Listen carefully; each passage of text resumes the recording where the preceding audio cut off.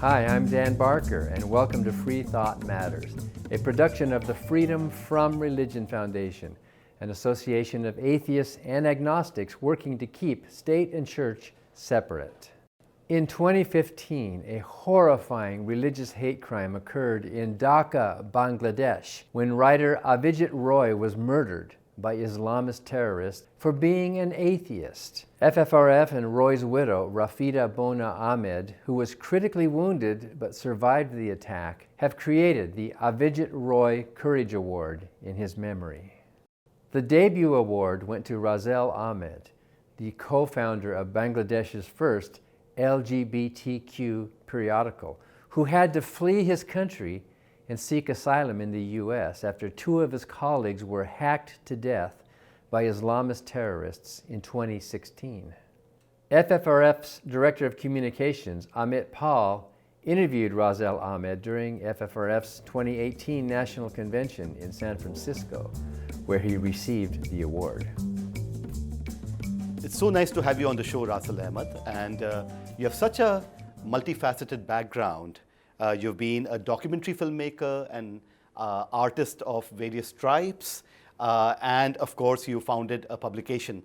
Can we first start by talking a bit about yourself? So I primarily identify myself as a queer storyteller, as an independent queer storyteller.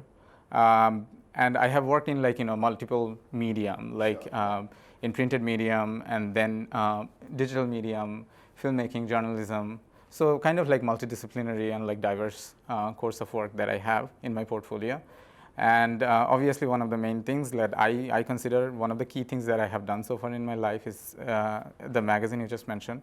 The name of the magazine is RuBen. Which means? RuBen is a Bengali word. So it's actually a very famous folk theater character in Bangladesh. Yeah. It has a meaning, a separate meaning if you just say RuBen as a noun. Yeah. But the reason we named it RuBen is because we wanted to in fact take that character and sort of retell the story of RuBen. If you want me, I can tell you a little bit about the story, why we chose the name. Yes, please. Yeah, so it's actually a very celebrated character. In fact, a very celebrated stage theater in Bangladesh, folk theater in Bangladesh, especially in the rural areas, and very much exclusively in the eastern part of Bengal, which is now Bangladesh. It has developed there. So it's a story of a 12-year-old girl who was sort of forced to marry a 12-day-old prince, and then they were banished to a jungle on the night of her marriage. So seemingly a very heterosexist story, and I mean very flawed and very problematic from my understanding of the development of a story. And I would say the story has been mostly narrated by heterosexual men in Bangladesh. So what happened in 2013, 12-13 period, a group of queer people, including myself, we decided to in fact reclaim this story and retell the story from a very queer perspective, because we also realized the story has a very subtle queer tone, undertone, and also the main protagonist of this fairy tale or this folk tale is a woman, and it's a journey of her own struggle. So it's not only about the lack of agency that women normally we see in South Asian context, but also RuBen, the main protagonist of the story, how she pushed back social stigma and conquered love, conquered her story of love over everything else. So I think that was one of the key reasons why we wanted to pick that name and rebranded the story. One other reason why we chose the story is because it's again always LGBT issues in that region entirely, I would say, always seen as a Western product. So we wanted to also challenge that by taking a very deeply rooted cultural element from totally makes sense. From Bangla literature and Bangla stage performance history, and then retell the story. And so you chose this very Bangla, very deeply rooted in Bangla culture name for a landmark publication. Can you tell us a bit about RuBen and its founding? Yeah, sure. RuBen, in fact, started from very, very, very small scale. So it was like a grassroots publication, and it's still like a grassroots group of people. Initially, very informal. I would say like a group of friends in the beginning, and they remained friends for a long time, and then decided like let's do something. In the time like 2012-13 period of time. So Zulhas was sort of the mastermind behind that. Zulhas Manan, one of the founders of RuBen. So he was the mastermind because like he always wanted, he was a man of like so many different ideas. Yeah. He would always come up with something like, let's do this, let's do that. He was like I would say like a tremendous organizer that I have ever seen in my entire life, like so far. So he came up with this idea and he discussed it with me because that was like I think the age of my like, I would say like intellectual frustration that like I wanted to become a filmmaker. Yeah. And I was very young, and then I did not have like the resources or the skill to do that. And at the same time, like I was studying engineering because I was kind of forced to study engineering by like many other South Asian contexts, right? Absolutely. So that frustration was behind my mind, but I used to go to theaters. I loved writing. So Zulhas was the one like who like planted the idea in my mind that like, hey, let's do, because you love writing and because you want to do like so many like, you know, you have been through like so many like cultural events and all of that. So let's do something that we are comfortable, that you are interested in. And that's how like, you know, the idea of a magazine was born. And I think slowly it grew to a point that eventually like we came up with a 56-page printed magazine by the January of 2014. Is because I think the friendship that we had, like, you know, the intimacy that we all had, the trust that we had in each other. So we worked for like one long year. I guess like it's more than like usual time for many other like mainstream publication. We wanted to do a printed magazine. We did not want to do an online one because we wanted to have that physical presence. Certainly. And it wasn't easy. I mean, especially like given the socio-political context back in 2014, the election just happened. It was a one-party election. So much was going on. And politically, Bangladesh has been like so, like I would say, like volatile and unstable. So I think like it was a lot of like work that we had to put together. I would imagine, especially in the Bangladeshi context. That's such a wonderful story. And you spoke about this at your presentation during the convention when you received the Avijit Roy Courage Award. Let's take a look at the clip. So when Abhijit Da, like what I mentioned, like came up with this book, like I think like it made a lot of community people, it gave a hope, I think, a lot of community people that this is not a crime to be who you are, and this is not like a disease, which has been told by the heterosexual community for many long years and many long time. So that book definitely, I mean, like within the community, even before the magazine, was something that we could always refer to. So when we came like brainstorming for the magazine, definitely we wanted to connect with Abhijit Da. Before that, like I personally never knew him. I know of him because of his work and because of his like, you know, image of a public writer, but personally I never know Abhijit Roy. So when we wanted to like, you know, do the magazine, we thought to connect, and then he very, I mean, generously agreed to be interviewed by us. In fact, Bonnapa, it wasn't the first issue. The second issue, we published the interview. We took the interview during our first issue, but the interview like was at the last moment, so we couldn't publish it on the first issue. But anyway, we became like ally, which is like again like one of the, you know, one of the plus points of coming up with a like literary magazine. Then you see other people who you didn't see before. And Abhijit Roy was there, but then like we got connected. Our community and me and like, you know, the people who wanted to work together, we got connected.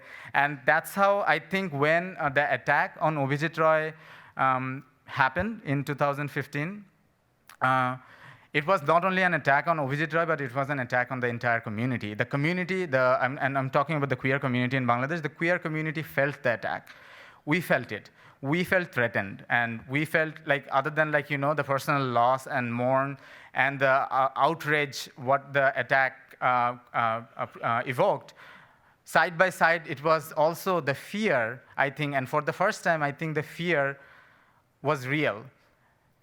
Before that, before Obhijit Roy, I don't think like any of us thought, I mean, we always knew that we were doing something very controversial and sensitive in Bangladesh, but we never thought that we would be targeted like this. And shortly after RuBen's founding, a horrible, awful tragedy struck the publication, and a number of the members who were associated with its founding. Can you please tell us about that, even though it may be a bit painful? Yeah, because I mean, I have been talking about this since last at least 2 years. Yeah. So RuBen, like as I mentioned, like when we formed the magazine, became like right after the publication, like when we launched the publication, it became like quite a sensation. Especially like I would say the social media was booming as an alternative like media space in Bangladesh.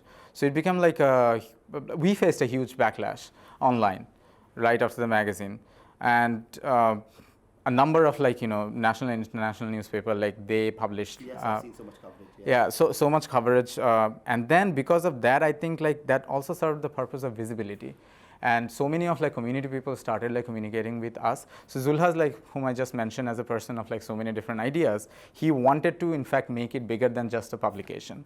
So he then started like other kind of cultural organizing, like fashion show or transgender fashion show, and then film festivals, and so on and so forth, like many other like different initiative, community initiative. So that I think like in retrospect, when I look back, it fascinates me because the community in fact started to going out of their closet, and they started to getting visible through all of these activities like dancing, poetry, and then writing. So it was a beautiful time. But then I think like because as I just mentioned, the socio-political, especially the political situation on the backdrop of the country was also to some extent was deteriorating. That affected obviously our thinking, that affected some of our activities. We kind of sensed that something might go wrong because we were getting more visible, and that was making us like more like a political pawn. Certainly. Yeah, and like it became like sort of like a issue of discussion on online and newspaper among like civil society. So the issue was getting like visible, which was not the case in fact like a couple of years back. And also like the India, like the next country where like it was decriminalized and recriminalized. So all of that, and like the here the marriage equality thing and the Facebook filter. So everything was like getting mixed together, and that I think like played a huge role of both getting visible, getting more people, becoming like a queer organization of the country, a queer cultural organization, but also getting all the wrong kind of attention that we were not expecting, because our organizing at the beginning was pretty much underground, and slowly it was like coming up from underground. And then in April 2016, the incident that you just mentioned. The double murder of Zulhas, Manan, and Mahbub Rabi Tonoy. Yeah. Both of their activists, like one of them was like the co-founder, and the other was the general secretary that time of RuBen. So Zulhas was in his house. He came from his office at around like 5:30ish time, and then 5 men who posed as courier, like they took like a lot of effort to do that, like a FedEx courier. They came under his building. So one of them stayed downstairs, 4 of them like went up with a machete as their arm. Incredible. And then they rang the bell, Zulhas opened the door, and Tonoy was not supposed to be there, but he went there just to meet Zulhas. We don't know like what was the reason, like he was there. So definitely Zulhas was the main target. And then they forcefully entered and hacked him, both him and Tonoy, for 5 minutes, like, and his mother, Zulhas' mother, 70-plus-year-old, she saw the entire incident. Wow. In front of her eyes. Yeah. Thank you, Rasel, for recounting this painful story for us, and we'll talk more after the break about for this incident and about the state of LGBT rights in Bangladesh and in South Asia. Hi, I'm Ron Reagan, an unabashed atheist, and I'm alarmed by the intrusions of religion into our secular government. That's why I'm asking you to support the Freedom from Religion Foundation, the nation's largest and most effective association of atheists and agnostics, working to keep state and church separate, just like our founding fathers intended. Please support the Freedom from Religion Foundation. Ron Reagan, lifelong atheist, not afraid of burning in hell. I'm Doug Hinahara, and I'm an out-of-the-closet atheist. I consider myself fortunate in that I wasn't raised in an overly religious family, so I was allowed to think for myself. And around the time I was 17, as I was exploring these ideas of religion, I was told by a fundamentalist Christian that my grandmother, who had emigrated from Japan, was destined to eternal damnation because she was a Buddhist. And I couldn't accept that, and it kind of unraveled from there for me. So at this point in my life, I've become very comfortable with the idea that I don't need religion or belief in God to be a moral person and live an ethical life. I'm proud of the fact that I have 2 daughters who have grown up to be wonderful young women, and I'm proud to say also atheist. I'm Amit Pal. This is Free Thought Matters, and I'm speaking with Rasel Ahmed, LGBT activist of Bangladeshi background. So Rasel, we are talking about the painful murders of your friends and colleagues in Bangladesh 2 years ago. Can you tell us, where is the investigation now? What has been found out about these people who committed this horrendous act and who has been arrested? What's been the progress so far?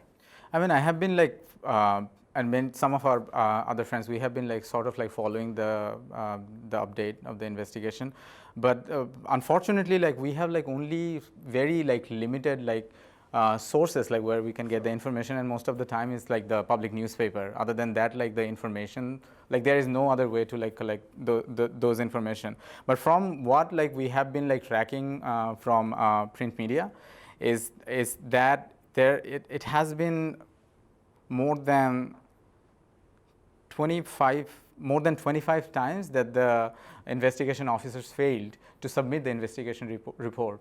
Incredible. Since 2016 April. So that says a lot about, I think, where the case is heading.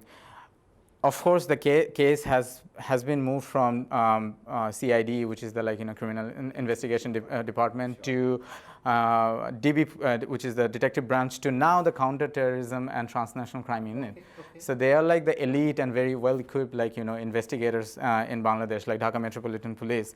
And yet, this investigation is taking so long. So far, the research, I was also doing some research this morning, and I saw so far they have made 5 arrests related to that case, and the latest one was in July. Was the chief of intelligence of Al Qaeda of Indian subcontinent / Ansar al-Islam. They also call them Ansar al-Islam. They're the local chapter of Al Qaeda. That's how they identify themselves. So I think it's very worrying. I would very much like to quote, in fact, Zulhaz's family, his brother, who is now in Bangladesh, and he has been very vocal about this murder. Tonoy's family, on the other hand, is very quiet about this. Yeah. He said a very interesting thing, and I was reading this morning, that this investigation is a farce. Wow. And he said, we have no expectations from the police. And a good part of the reason is because the victims were LGBT. Now there's so much of prejudice in Bangladesh toward the community. And of course, the second thing, as you and I know, is that there's so much of fear of the right-wing segment of Bangladeshi population and these Islamic fundamentalists. So are these the 2 main reasons why, as Zulhas's brother says, that the investigation is a farce? I mean, I think the main reason that they think, and I think the investigation is, I also agree that this is a farce, because the main reason, I think, is very, very political. Yes. It's I mean, Islamic fundamentalism and right-wing parties, these are all on the backdrop, and I don't deny any of these. Sure. But at the same time, I think the desire to be in power in Bangladesh, and especially the people who has been in power, yes, and not leaving the position of power, is something definitely that plays a huge role in any kind of violence and any kind of unexpected course of events that we have seen in our history. And I don't think this case is any different, because I never thought like this was an isolated incident of homophobia. Sure. This Zulhaz and Tonai murder, but has been a part of like ongoing political violence and part of an ongoing like political target killing that was going on since 2013, where like a number, like scores of like secular bloggers, writers, freethinkers, even just like regular like teachers, they were targeted and they were murdered. So that has been going on, and I think the response from the government since the very beginning was very hostile to victim, rather than like blaming the people who are like committing this crime. The government of Bangladesh is like accusing us that we shouldn't come up with a magazine that talks about gay issues, or we shouldn't talk anything about the religion. Now this is interesting, and for those who have less political knowledge of Bangladesh, it'd be interesting for them to know that the current government is headed by a woman, and the party is actually the more secular of the main parties in Bangladesh. And even then there is this, ironically, this response which is pandering to fundamentalism and hostile, as you said, to the LGBT community. Could you please tell us a bit about the state of LGBT rights in Bangladesh, and maybe a bit more broadly in South Asia? There's been a silver lining, as thin as that silver lining may seem, that the Indian Supreme Court recently decriminalized being gay in India, which is of course the largest country in South Asia. So could you please talk just a bit about the state of LGBT rights in Bangladesh under the current government and in South Asia more broadly? Yeah, absolutely, Amit. I think, like, Amit, this discussion is like it's a very wide and large and complicated discussion. But to put it in a nutshell, I would say, like, in Bangladesh, I think definitely we have like criminalizing law, the same law that has been like other South Asian countries like Pakistan, India, Bangladesh, and Sri Lanka. The section 377. Yeah, it's the same section given by, interestingly, and this is why it may really take readers aback. How come it's the same section of the criminal code? And the answer, of course, lies in the British being all over South Asia and being the colonial power and having the same criminal code for all these countries.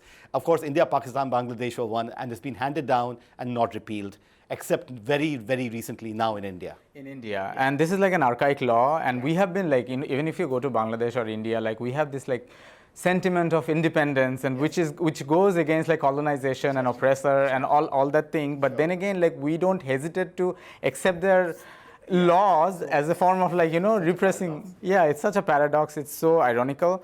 But this is also, I mean, this has been the case in Bangladesh. But I would also like to mention that the law was there, but I think it's more the socio-religious and political, like, the practice of people and the lack of knowledge, I would say, like in Bangladesh, to be very honest, like people do not have the knowledge of this entire spectrum of gender and sexuality, or like anything about that. So much of misconception and ill knowledge, and people like normally tend to be inclined to anything that is normative. Yeah. So this hegemonic, heteronormative, like, patriarchal culture that we have seen prevailing this region for such a long time, LGBT issues also fall under that, and definitely like it's a struggle for any of like queer community person in Bangladesh to push it back. In terms of like the entire region and what you have just mentioned, like decriminalizing the law, I think this is definitely a very historic move, no doubt about that. Yeah. And I was very happy, like, when we were all like anticipating this. Any broad-minded person should be. Yeah, and we were anticipating like a positive victory. And like some of my friends who have actually been through the verdict, like it's such a progressive, verdict, not only for queer community, but I think for the entire India and the region itself. But at the same time, I would also like to focus on the other side of that, which is like this mainstreaming image of what LGBT freedom might look like in the entire region and in the world. And a lot of time, like we see and we think that what is like our freedom is a lot projected by other people, or what is expected by other people. So decriminalizing is great, but if you go deeper to this like entire queer issues, and in Bangladesh, India, Pakistan, and many other South Asian countries, we have a very complex community. We have lesbian, gay, which is like more like Western term, like how we have taught or how we have like, started like identifying ourselves. But so many people identify themselves hijra or non-binary or kotis or pantis, So those are like, some of those, I think like identities is not touched upon by the mainstream media often. So when we talk about Section 377, I don't know how much it goes down to the bottom of, or like goes deeper to like so many other issues that we have, like intersectional issues like religious identity, economic condition. Like, class is a huge issue. And the Koti people, they are mostly coming from marginalized, like, economic background, and they do not have the power, knowledge to identify themselves as gay men. So they, the situation even after Section 377 is pretty much same for people like who are like more marginalized, or the violence against like hijra community people. Like it's pretty much the same. In fact, like I have been reading like some articles from India that it has increased after the verdict. Wow. Of that. So we also need to think about who are the beneficiary and who are getting benefit. It's obviously like in terms of ideological war and in terms of policy, it's a great victory. But at the same time, like, thinking more critically, like how much this is affecting the queer movement in general, and what do we see as queer movement? Is it all about decriminalizing, depathologizing, and marriage equality and rainbow filter, or is it like, do we have like a broader, community to look at, and who are the majority and who are the minority? Because a lot of time, I think like the people who are projecting all these images, in fact, are the minority, but they have like more knowledge, power, and access. So it's a very critical discussion. I'm not like, disowning any part of it, or I think like we need like more discussion on that. Well, thank you so much, Rasel, and it's been such a pleasure to have you on our show, Free Thought Matters, to have you at our convention in San Francisco, accepting the Avijit Roy Courage Award, and thank you so much for your courage and being with us. And you've been watching Free Thought Matters. This is Amit Pal with Rasel Ahmed.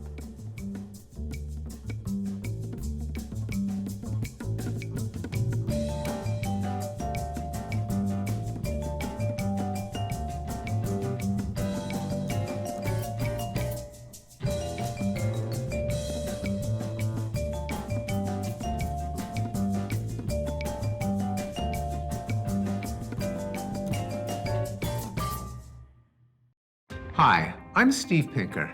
In my book, Enlightenment Now, I show that the world has become a better place as reason has been overcoming superstition and tribalism.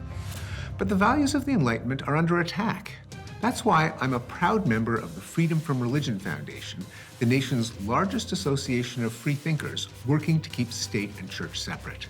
Please join me in supporting the Freedom from Religion Foundation to ensure that our government is driven not by religion, but by reason.